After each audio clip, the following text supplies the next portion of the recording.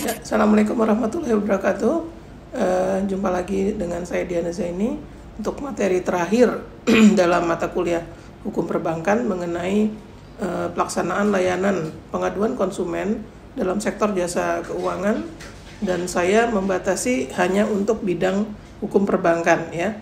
Ini merupakan satu materi baru dalam kegiatan perbankan Indonesia, di mana fungsi OJK salah satunya juga memberikan perlindungan konsumen dari fungsi dia sebagai bukan hanya sebagai pengawas perbankan, tetapi juga memberikan perlindungan kepada konsumen, khususnya nasabah perbankan di Indonesia.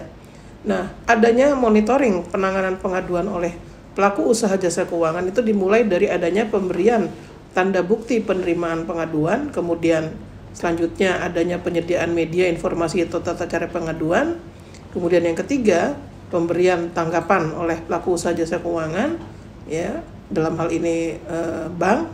Kemudian yang keempat, jangka waktu penanganan pengaduan oleh pelaku usaha jasa konsumen, termasuk jika terdapat perpanjangan waktu penyelesaian. Kemudian yang kelima, pemenuhan permintaan kelengkapan dokumen konsumen. Keenam, ketepatan realisasi pemberian ganti kerugian jika ada kerugian. Kemudian yang ketujuh, menginformasikan kepada konsumen terkait penyelesaian sengketa melalui lembaga alternatif penyelesaian sengketa. Jadi jika akhirnya tidak dapat diselesaikan oleh OJK, maka kemudian dapat direkomendasikan untuk diselesaikan ke lembaga alternatif penyelesaian sengketa, khususnya yang disebut dengan LAPSPI, Lembaga Alternatif Penyelesaian Sengketa Perbankan Indonesia.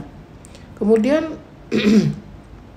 bagaimana latar belakang terjadinya penanganan pengaduan untuk pemberian layanan dalam OJK, bagi OJK dalam fasilitas pemberian layanan pengaduan konsumen dari sektor jasa keuangan. Yang pertama, latar belakangnya adalah adanya konversi peraturan pelayanan dan penyelesaian pengaduan di sektor perbankan dan penyesuaian dengan perkembangan saat ini. Yang kedua, harmonisasi tentang sistem layanan konsumen yang terintegrasi di sektor jasa keuangan dan memperkuat pemberian kepastian hukum. Sebagaimana kita ketahui bahwa salah satu tujuan hukum itu adalah selain memberikan keadilan, ketertiban, juga memberikan kepastian hukum. Nah, pengaturan pelaku usaha jasa konsumen ini yang diberikan subjek untuk sebagai diatur di dalam perlindungan konsumen dan diatur dalam peraturan otoritas jasa keuangan. Yang pertama adalah perlindungan konsumen bagi nasabah bank umum. Yang kedua, pemberian perlindungan kepada nasabah BPR. Kemudian adanya perlindungan kepada perantara pedagang efek. Kemudian manajer investasi. Kemudian adanya perlindungan kepada dana pensiun, asuransi, perusahaan reasuransi, finance atau lembaga pembiayaan, kemudian perusahaan penggadaian, kemudian perusahaan penjaminan, kemudian penyelenggara layanan pinjam meminjam uang berbasis teknologi informasi atau fintech yang saat ini sering banyak digunakan. Nah, kemudian peraturan OJK yaitu ruang lingkup, tujuan dan prinsip layanan pengaduan, bahwa tujuannya adalah memberikan perlindungan konsumen, ruang lingkupnya penerimaan pengaduan, penanganan pengaduan, dan penyelesaian pengaduan. Prinsipnya adalah larangan mengenakan biaya, memiliki prosedur tertulis, dan melakukan publikasi, yaitu prosedur singkat penanganan pengaduan dalam laporan tahunan melalui website atau media lainnya. Peraturan otoritas jasa keuangan dalam penerima pengaduan ini adalah konsumen menyampaikan pengaduan, kemudian kepada pelaku usaha jasa konsumen, kemudian mereka menerima dan mencatat pengaduan. Selanjutnya pelaku usaha jasa konsumen menjelaskan prosedur singkat secara baik disampaikan secara lisan maupun tertulis, ya. Kemudian selanjutnya adanya verifikasi kelengkapan dokumen, kemudian meminta kelengkapan dokumen jika terjadi kekurangan, dan pelaku usaha jasa konsumen menerima tambahan dokumen terkait dengan pengaduan.